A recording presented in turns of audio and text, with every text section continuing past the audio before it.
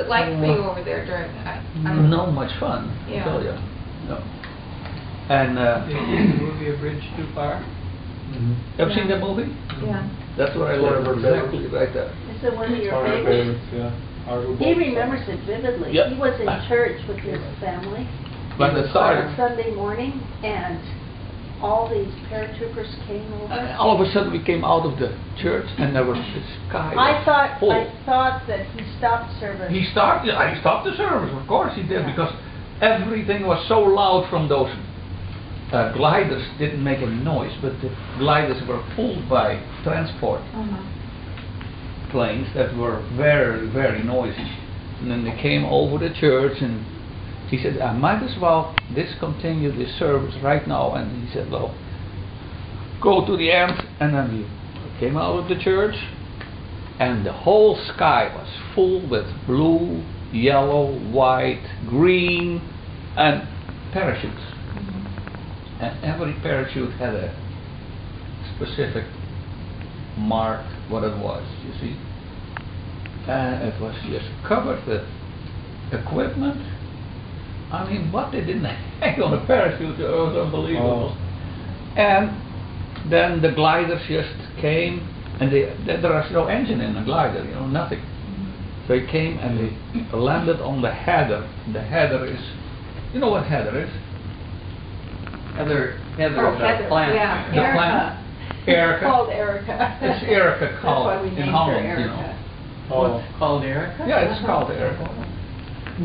And that is so smooth, so those planes just slid over that header and came to a stop, and then everybody got out. That was the first time in our life we saw jeeps. They developed the jeep for World War II. Yeah. And the British there, man, they got killed off like flies, you know. Oh. Yep. But tell Sandy about the rest of World War II. Okay. After, oh yeah, Cope was already, my brother Cope was already arrested and was already in a concentration camp. Why was he arrested? The reason for his arrest was he carried 2 fake IDs, one of my brothers and himself, and he went to the railroad station to go for. And what was the brother doing? Yeah, I'll tell you too. Okay, you don't know. The brother, my other brother, was a chauffeur for a German officer. He was in the underground. And he recorded exactly where he was going, and then we radioed that over to England that night. Ooh, Yeah. that was dangerous. Yes, it was. So And he came home he one came day. home one day in the morning, real early. He was, what's he doing at home? And he was so nervous, and he said, I'm gone, I'll be gone, but don't be surprised if the Germans come in about a half an hour, he said. And no, they were there in 10 minutes, of how long that I don't know, but they came and they swarmed all over our property, and they broke walls down, they broke everything because they wanted to find him, see. They thought that he They had... found out he was doing that. Yeah, oh yeah, they found out. When he came in the morning, he said to himself, uh-oh, they look real straight, different. They look different there, because he had done that for a couple of years already, see. And they said, they look different all of a sudden. So he took off. And then the Germans came right after. Did you ever find out how they found out? Did they catch him? No, they never caught him. They killed him the last day of the war. No, not that one. Oh. No. Oh. That was another brother. Wow. They had 2 brothers in the underground. Yeah, 2. Yeah. And the one in the That one that got concentration carried, camp. how old was he? In the 23, 24, Okay. 26. Yeah. Quite a bit older than you then. Yeah. Because He you were comes from a 9. family Well, of no, 11. I was 13. Oh. Yeah, I was 13. Yeah. Tony was 9. Tony was 9. So this brother got away. This one that had got been away. The chauffeur. Yeah, he So got away. where did he go? He went to relatives more to the west that had dairies too, you know. Okay. We were all in the dairy business. He hid in a chicken building for about, well, I would say for a year, yeah, in the forest. They dismantled a little chicken building, and they rebuilt that in a real dense forest. You know, you couldn't hardly get through from the undergrowth and all that stuff. And and then I had to go at night to that little shack, and they had made little bunk beds in there, you know, only to sleep. And I had to sleep in there, and when the German patrol came by, for instance, in about 10 o'clock, 11 o'clock, then I had to tell them, of course, you know, that I slept there and that I was a refugee that came from the other area that was bombed out and all that stuff. But in that building were sleeping about 5, 6 underground people that came always to bed about 12 o'clock. You know, they had special places where they were standing and they could make signals to each other, and then they went to bed. And then I could go home again. So why did you have, so that you were just the decoy in case somebody came? Yeah, I was just the decoy, yeah. So they didn't want them coming and finding beds and nobody in them, and Yeah, then they'd realize. exactly. One job at 13? Yeah. Yeah. That was the decoy. And then... Were there other people that were decoys too to fill up the rest of those beds? Or No, just you? no, they came at 12 o'clock and... Okay, so you were the only, so I they was would the have only come one there. at 10 o'clock, for instance. I was at 8:30, you know, I strolled down that little pathway and went in there, you know. So that there'd be an excuse for Yeah. footsteps and Yeah. in the snow or whatever. Oh, there was Cope snow. was arrested. Cope was arrested when he went to the railroad station, and he was gonna exchange those 2 IDs. ID cards for fake ones that were altered again, and he walked up on the railroad station on the platform, and then 2 Germans came right out of the waiting room and arrested him. And then they... Did he look like you? No. Well, Cope doesn't look like Joe, but I mean... Well, I don't know. I didn't know you. Yeah, oh no. But they said that's the same family, see? Oh.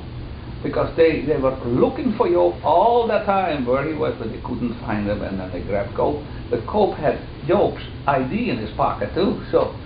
And then he was And put in a so he was interrogated for 3 weeks in a concentration camp in Holland, and when they didn't get anything out of him, he was transported to Germany in a hard labor camp. Yeah. Now, is this the guy that He's still ran? living. He's still living. He ran the chicken ranch. No. Cope is the one that has the dairy in That's his... Visalia. Have you ever seen my brother Cope? No, Oh, huh? that one. No, Tony. Tony is one the that- younger brother. He has... Tony You was you've your been at Tony's. best man. Yes, Tony was, yeah. Cope was... Cope was the older one. We thought we were liberated for 4 days. We had the flags out and everything. And then the German tanks, the Tiger tank showed up, and they shot everything to the frets, man. Everything. His house was demolished. There was I have seen Tiger tanks that come in front of a building, you know, and in Holland we build buildings with brick and mortar, heavy. And those tanks stood still, they geared up, and they ran right through it. Right through it. So your brother that was in the concentration camp, he survived the concentration Yes, he camp? did. Very few survived though. Which That one group was that he went with, I think he maybe 4 or so came back from the whole group, Oh. and he was one of them. And how did he get out? He got out when Patton crossed the Rhine by Remagen, In Germany. and that was unexpected because the Germans were supposed to blow up the Remagen bridge, and it failed. And Patton took advantage of it, and he shot over that bridge, and they detonated all the fuses, and the bridge was totally intact, and that's why all of a sudden he could go far up. And my brother was on that side, and all of a sudden the Germans saw tanks coming, and they all went into the bunkers underneath, and they didn't think, hey, we'll have to take care of those prisoners. They didn't care, heck no. So my brother saw an opportunity to escape, and then he stayed for, well, it took months, of course. He milked for a German woman that had a bunch of cows, and their husbands were all gone on the front, so those Probably dead. yeah, who knows. Yeah. And he told this one lady that was milking a cow, and he said, "Here." So he showed him how he milked the cow, and he knew how to do that. Huh? He was an expert at it. And the lady said, "Okay, stay," he said, "lady." And then he waited till the whole American Something army fell on the crossed floor there, Randy. Yeah. crossed over, and then Germany was, well, liberated in what, 30, 40 days or something like that. But it was for Cope godsend that he got out, because he there was not much left of him, you know. Yeah. And when Sure he enough. walked into Benacoma. And when he walked into the hometown, we were evacuated already for 9 months. There was nobody in that town, nobody. And the only thing that was different is when he left, there was all rubble. And he went to our home, and there was a pile of rubble. How did he find you? He didn't find us there. When he came back, he thought, no, they're all gone. He didn't know what else had happened. But we had already moved out. And then you came back. And then I came back towards the, well, they surrendered at May 4th or so, yeah. And I was walking towards the old farm of ours, because you could not get off the road, because everything was mined. Oh, see? sure, Everything was mined. And we brought some cows back in the meadow again, and then we had to go there and milk them, of course, you know. And that's when I saw a guy coming down the highway, walking. I don't know, who is that, you know? And the one thing he had on was just a Russian overcoat,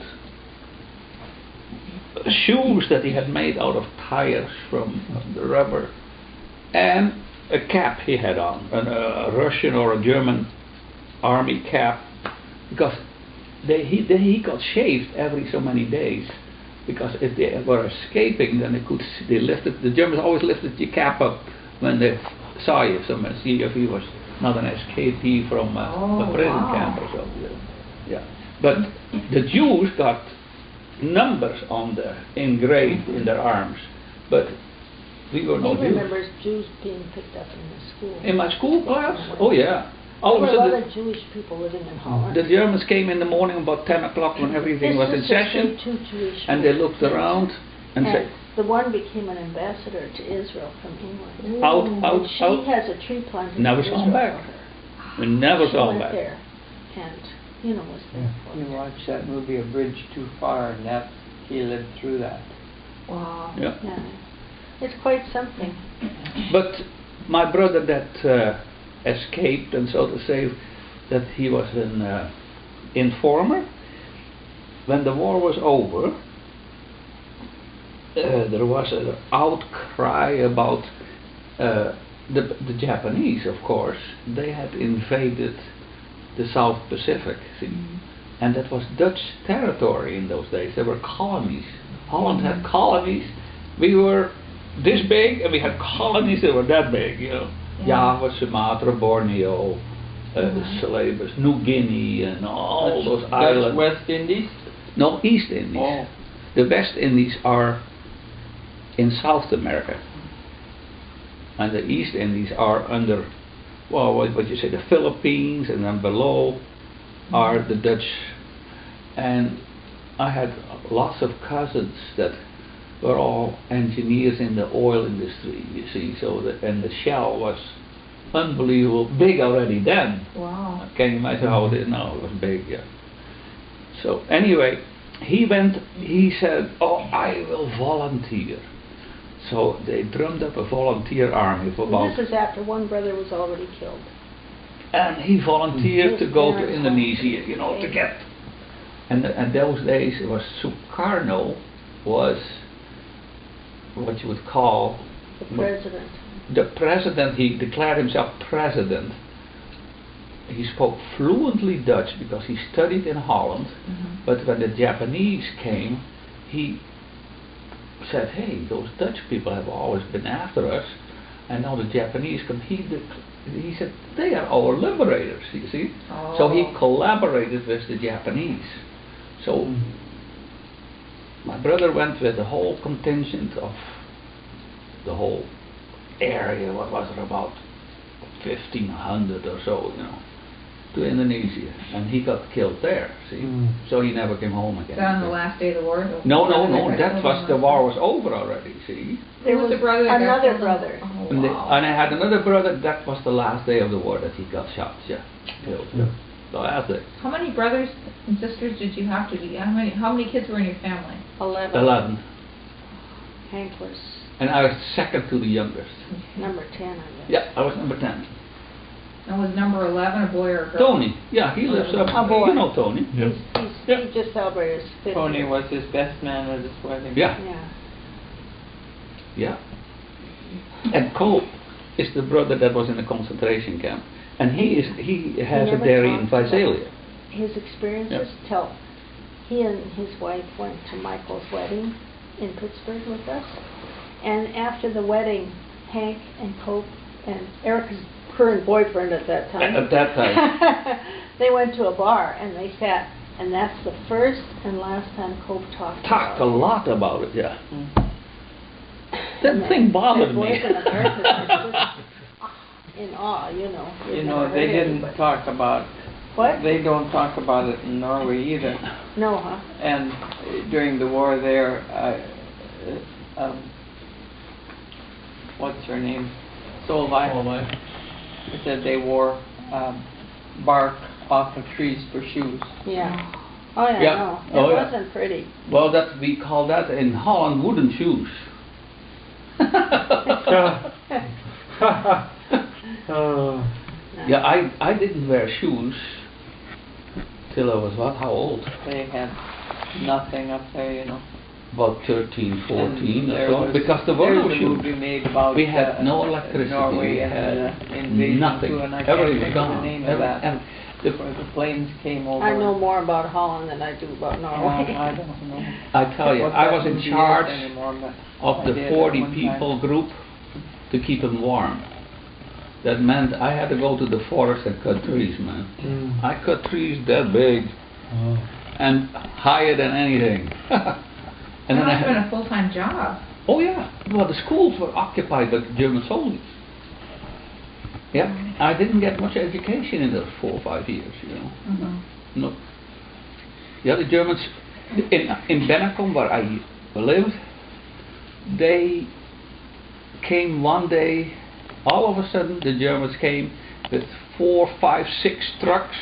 They got all out, and every kid had to go out of school, and the headmaster stood there, couldn't do a thing. Out. And they filled that whole school building up with ammunition. Whoa. And then the last thing they did is put a big red cross on the roofs. Oh. Yeah, that's what they did. Yeah. Yeah, that's it. Yeah. Amazing. And then, what was that we really were scared of is, well, we had foggy weather too in the morning. You noticed that how dark it was in the morning.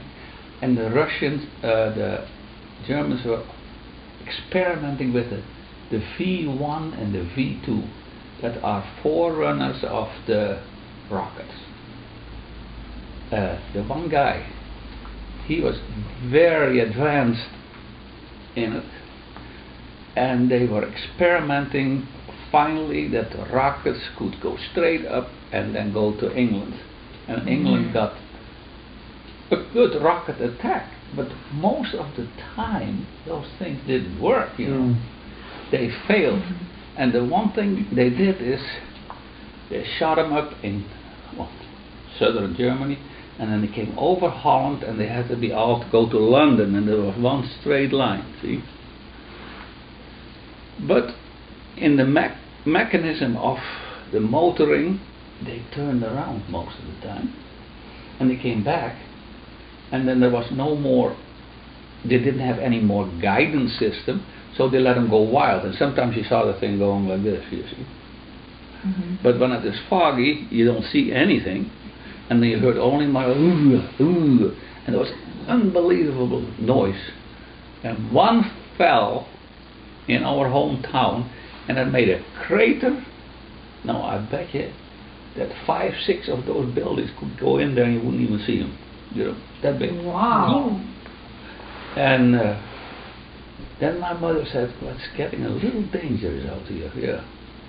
And then we were thinking of moving out, but where would you go? My sister was not really waiting for us, you know, to get 40 people back there, so. But then I went out one day with my mother to milk the cows in the meadow, and then a rocket came and blasted all the tile of the roofs all around us, and she threw me in a ditch, and the milk went all over the place. And she said, now tomorrow we're going, you don't stay any longer. How did you have enough food to feed all those people? Yes, now that was something, huh? You learned how to peel potatoes. I very well. peeled potatoes, that was my job, to peeling potatoes and taking care of the lumber. Trust me, I know how to peel potatoes. Yeah, but where did all the food come from? I mean, you had dairy, so there was food, but... At the we had at the dairy, we had enough potatoes, and my sister and my brother-in-law had a big garden for vegetables, you know, they grew. But we had to be very careful. And a lot of people that went with us and lived in that chicken building, they were sent out the day and say, try to get some food and bring it, you know, not just prepared food, stuff that you could cook. And my oldest brother, Ari, and I went with him many times, he was in charge of snaring hares, rabbits. And he had a route. Every morning he went around and looked at his traps everywhere. And then he brought sometimes beautiful hares. They were that big. Whoa. Yeah, oh, yeah, huge. Wow. And then we had I didn't enough know to you eat had that again. big. Oh, you had it that big? Wow. Yeah. So when you first went out there, what month was that? September, October. So you're starting to And head right cold? into winter. Oh, Virginia yes. was a horrible winter. If you've It seen was- the Battle of the Bulge, you know what kind of winter it was. It was so cold Horrible. that year. It was unbelievable.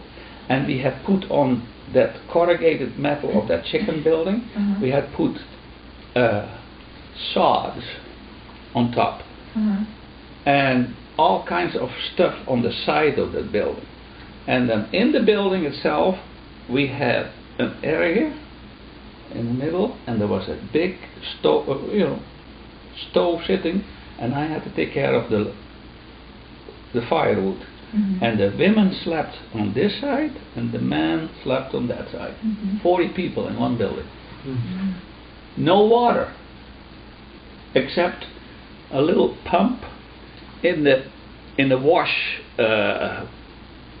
what we call the wash area, where you had a big pot sitting that you could put fire under and boil water, and everybody washed in a little bucket. Yeah. Imagine that.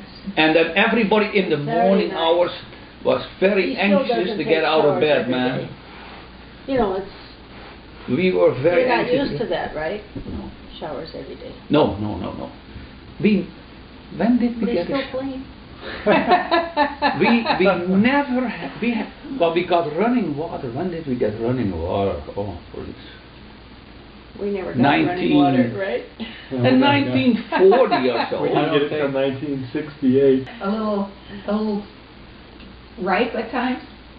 You said Right. people were anxious to get out of there in the Yeah. morning? Oh, of course, man, I'll tell you. Because there wasn't being much water. I mean, you'd want to You stay could clean, not but drink there. you could There's only one thing, it's you colder in could Holland. eat out there, you know, on a little table, on those little things that we had, and then the stove that I had to supply all the wood for, and another guy had to take care that it was burning. And I tell you, I saw a lot of people just running out of that building, you know, and they were squatting in the one area. We made, what shall I say? Okay, we made a bathroom outside. I'll tell you how that worked. Okay. This is a 2x4. You put a 2x4 here, and a 2x4 there, and a board over there, and then we made a big trough on this side, and about 4 or 5 guys in the morning in the cold sitting outside there, you know. In the pig trough? What? On the board. On the board. Oh. We're all sitting on the board. That's nice. The board that was right over the trough. Yes, sir. Oh, yes. I tell you, I had to always cover it with sand again on the morning session. That was rough, I guess. Yeah, the morning session is over. Okay, Hank, here is the shovel. Oh, God. Yeah. It's amazing what people had to put up with though during the wars. Oh, yeah. Iraq isn't Unreal. any better. So awful over there. Yeah. But Any war but is bad. schooling, Yeah. nothing came from schooling practically, you know. You went so once in a while, when I was evacuated, I went to that school that was in that area, and I said, hey, I want to come to school. Oh yeah, he said, I need a guy that, your experience in lumber, I hear, you know, you would be in charge of fixing the stoves with wood. Yeah, so from studying, nothing.